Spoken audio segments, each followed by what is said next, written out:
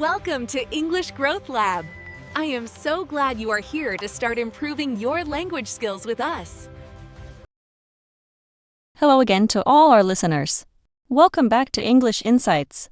I am Paula, and I am so glad you have chosen to spend some time with us today to practice your listening and expand your mind. And I'm Michael. We are here to get straight to the point. Today, we are expanding our discussion on the battle between discipline and motivation. We are going to dig deeper into why you succeed or fail at your goals. It is such a heavy topic, isn't it? Success and failure. These words carry a lot of emotion. I think many people listening right now feel frustrated. They start learning English with high energy, they are motivated, but then life happens, they get tired, and that energy fades away. Paula, you identified the problem immediately. You said energy fades away. That is the definition of motivation. It is a biological spike in dopamine. It feels good, but it is temporary. You cannot build a house on a foundation that disappears every few days. Let me give you an analogy. Pause there for just a second, Michael. That is a useful word for our listeners. Analogy. Can you explain what that means in this context? Certainly. An analogy is a comparison between two things to show how they are similar. I am about to compare motivation to a car engine. They are different things, but they function in a similar way. Perfect. So, using this analogy, how does the car explain our problem? Think of a car. Motivation is the ignition turning the key. It starts the engine, but discipline is the fuel. You cannot drive 100 miles just by turning the key over and over again. If you rely only on the key, you go nowhere. That is a very logical way to look at it. But Michael, let's be compassionate for a moment. When people lose motivation, they often feel guilty. They think, what is wrong with me? They don't realize that losing motivation is natural. Guilt is inefficient. It wastes time. If your car runs out of gas, do you feel guilty? No, you just refill the tank. Discipline is the habit of refilling the tank automatically. It is a system. I see what you are doing there. You are separating the person from the process. So, if discipline is a system, how does an English learner build it without becoming a robot? You build it through non-negotiable actions. That is a strong word, Michael. Non-negotiable. It is essential. Negotiable means open to discussion or change. If a price is negotiable, you could argue to lower it. If a rule is negotiable, you might be able to break it. So, non-negotiable means the opposite.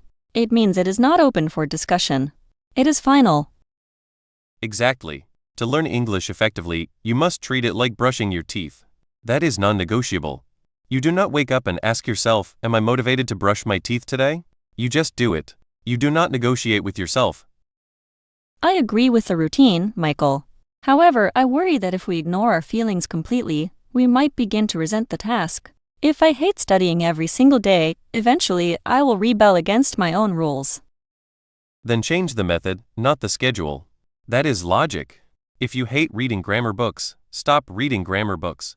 Watch a movie in English instead, but do not stop the schedule. The time slot is sacred. I really like that distinction. You are saying, be strict about when you show up, but be flexible about what you do. That feels much more balanced. Precisely. That is efficient. Relying on motivation is gambling. Discipline is an investment. Let me ask you, Paula, when you have a difficult conversation with a friend, do you wait until you are motivated to do it? Oh, absolutely not. Usually, the dread, the fear makes me want to avoid it. I have to summon my courage. I have to take a deep breath and do it because I value the relationship. There it is. You value the outcome more than your current comfort. That is the core of discipline. It is choosing what you want most over what you want now.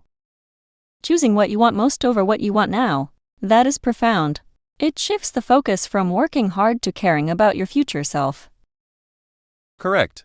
And to do that, you must remove the friction. Friction? That is another physics term, isn't it? It is. In physics, friction is the resistance that happens when two surfaces rub against each other. It slows things down. In psychology, friction is anything that makes a habit difficult to start. So if I want to read an English book in the morning, but the book is hidden in a drawer in another room, that distance is friction? Yes. The effort to go find the book is friction. It gives you a chance to say no. To succeed, eliminate the friction. Put the book on your pillow. Make it easy to start, but impossible to skip. Thank you for the clarity, Michael. I hope those definitions analogy, non-negotiable, and friction help our listeners understand not just the language, but the mindset of success. Trust the system, not your mood. Until next time.